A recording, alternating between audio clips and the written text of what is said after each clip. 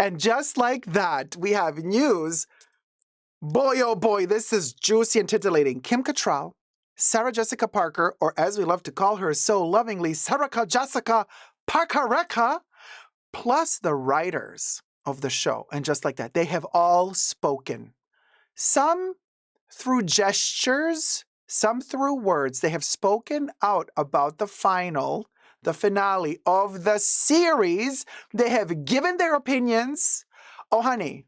Oh, honey. Oh my God, this is juicy. Okay, so first of all, the New York Post, we love you so much, is reporting. Your guys. Okay, so first of all, Kim Cattrall. This is by the HBO cover for and just like that, season 3. Everything I say in this video is for entertainment purposes only, not rooted in truths or facts. Everything's a legend, just my opinion. You guys. Oh my God. Oh, Brown Bunny says the hair is laid for the gods, honey. Ah, thank you, Brown Bunny. We'll go. Let me tell you where it's at. Kim Cattrall posted for her birthday on Instagram. She was super sweet. She was lifting a little champagne glass and cheering on the world. Some guy commented under her birthday post. He said, and just like that, we all know it was Sam, parenthesis Kim Cattrall, Samantha Jones, who carried that entire franchise, meaning Sex and the City. You embodied everything that is the essence of a strong, powerful, and vulnerable woman. We love and respect you. She liked the comment. Ooh, Kim Cattrall liked the comment. And that's what I meant by, like, some people are going to give us gestures. Like, that was a shady move, but I love her for it. That's how you do it, baby.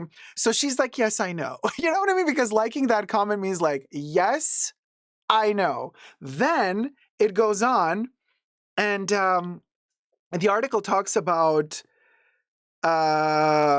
what Sarah Jessica Parkereka had to say about the finale and the backlash. Because the article talks about, also, if you haven't seen, go check out my review of episode 12 of season 3 of And Just Like That, the series finale.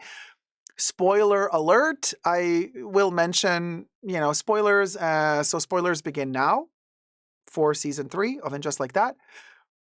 So the series ends with a lot of turds overflowing in a bathroom, and it was just disgusting. And I review it in detail in my video, and I was just like, let's not go back there, okay? You know what I mean? If you want to hear me talk in detail about the poops, you're very welcome to watch that video. But people have been very upset, the article says. The article says so many viewers were so upset. Some were even writing, like, to HBO saying stuff like, I had to almost vomit my food because, usually I watch And Just Like That while I'm having dinner, while I'm chilling or having lunch on the weekend.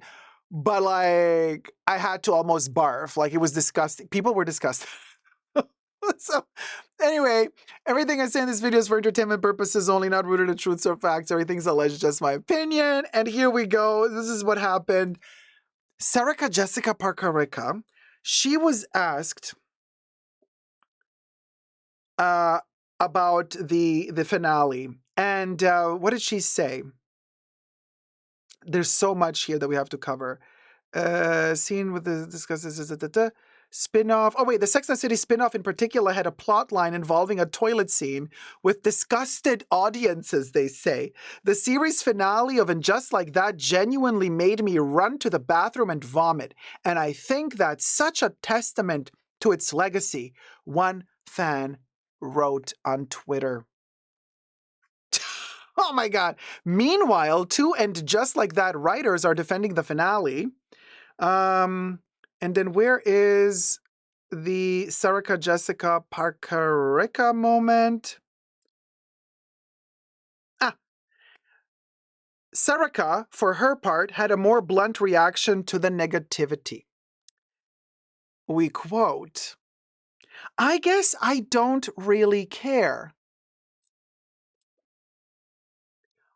Hold the beer for me. Hold my beer for me. Say what now? Miss Executive Producer of the show, who's earning millions? You don't care what your audience thinks of the show? What? I guess you already cashed in all the millions from the first 3 seasons, so I guess you don't care anymore. But she goes on, she says, I guess I don't really care. And the reason I don't care, drum roll please, yeah, there's a reason.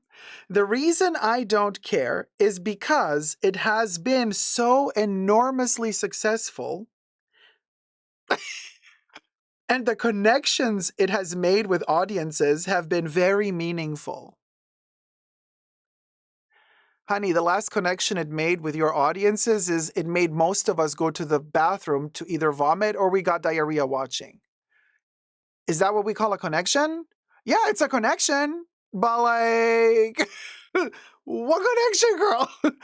You told Howard Stern on his podcast when he interviewed you about the scene of Aiden wanking, spitting on his hand. You said you don't know what he did because you never watched the show. So if you don't watch the show, how can you know if your audience is connecting to the show? To me, it's a big mystery.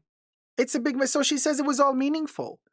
Girl, I mean, let's see what the writers had to say. Series writer Julie Rottenberg reacted to the backlash in an interview with TV Line. And she says, I think it speaks to the fact that no one wants to say goodbye to Carrie Bradshaw. Bye, Carrie. Look at that. We just said it. We should have been worried if there weren't a cacophony of responses to the fact that this was the end. Honey, cacophony? What an interesting choice of words. Because in many countries and many languages, caca means shit. But hey, you do you, girl. The cacophony, honey. The cacophony. Oh my God, these writers. They cannot admit. They cannot admit they made a mistake. Like, we know better than anyone. You can't please all the people all of the time. But we felt like we had to do right by them and leave all of those characters in a good place and then say adieu, she added. Are we in parallel universes? Because what do you mean we know better than anyone? You can't please all the people. Exactly how many people do you think you've pleased with this series finale? Because you're making it sound with your writing of this response as if like you've pleased so many, but you haven't pleased some. It feels to me like most of the people have not been pleased.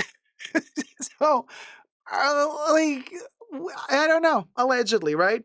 So then, writer Elisa Zaritsky told the outlet that she's seen some of the negative reactions. She says, and they quote, I doom scroll with the best of them, and I've stopped to read enough headlines that my algorithm sends me, she said.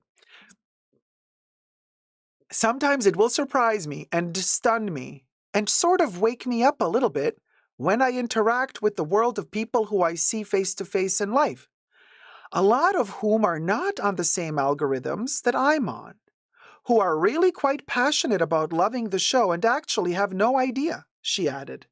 All they know is these beloved characters are back and they're really happy to see them again, Zaritsky said. Girl, here's where it's at. Let me explain this to you.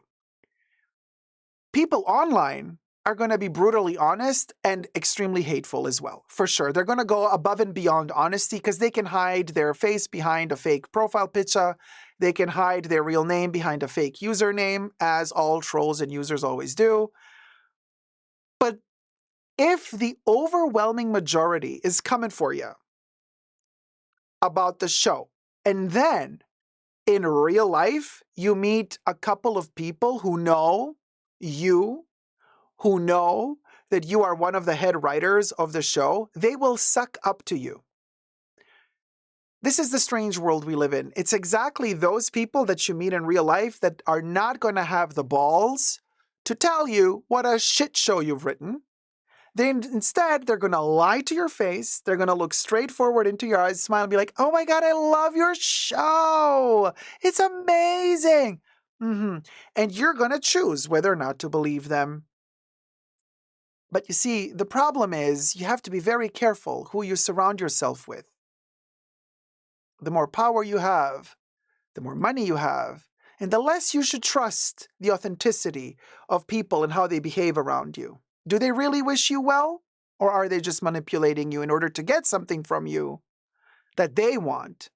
And in order to get something they want, they might just tell you what you want to hear from them. And this is a big problem. And I believe this is one of the biggest problems that And Just Like That had. Sarah Jessica Parker being one of the executive producers of the show, together with the other girls. The show has become so big, and apparently somebody even said that an episode of And Just Like That cost more than an episode of not House of the Dragon, but Game of Thrones, which is also an HBO show. So you can imagine, because the actors cost so much, the costumes cost so much. And so obviously HBO was like, yeah, hell no, we're not doing this anymore. But you can imagine how if you have so much power and you start surrounding yourself with yes-sayers, maybe, just maybe, also Sarika didn't get the right feedback from people around her. Maybe they just kept telling her, oh, this is amazing, girl. You're doing great, girl. We love what you're doing. Oh my God, this is like so amazing. You have to snap out of it no matter how much fame and fortune you have. You really have to be disciplined and keep your feet well grounded on the floor and realize when somebody's lying to you about how good you're doing. And I think this is a big issue with this show. The show has huge potential. Of course I want to see these characters, and of course I want to see them thrive, and I want to see them develop, but you have to be honest with these characters and how you treat these characters. And you have to be really honest at how you imagine these characters would grow and develop in the future.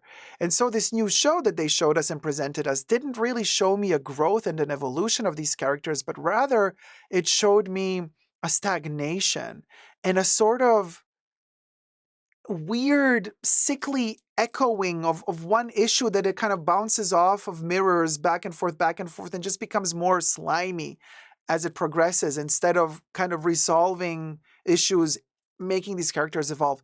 I mean, think about it. Just food for thought. And I do really still hope that, Sarah Jessica Parker manages to shop the show somewhere else, to some other streaming network or whatever.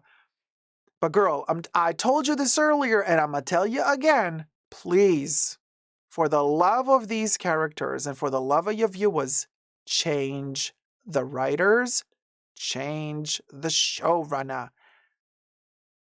And if you can make up with Kim Cattrall and get her on board as well, that would of course be a huge plus, but nobody's expecting that to happen at this point. Thank you so much for watching. Subscribe, thumb up the video, and never give up on love. Bye. Oh, let me know your thoughts down below.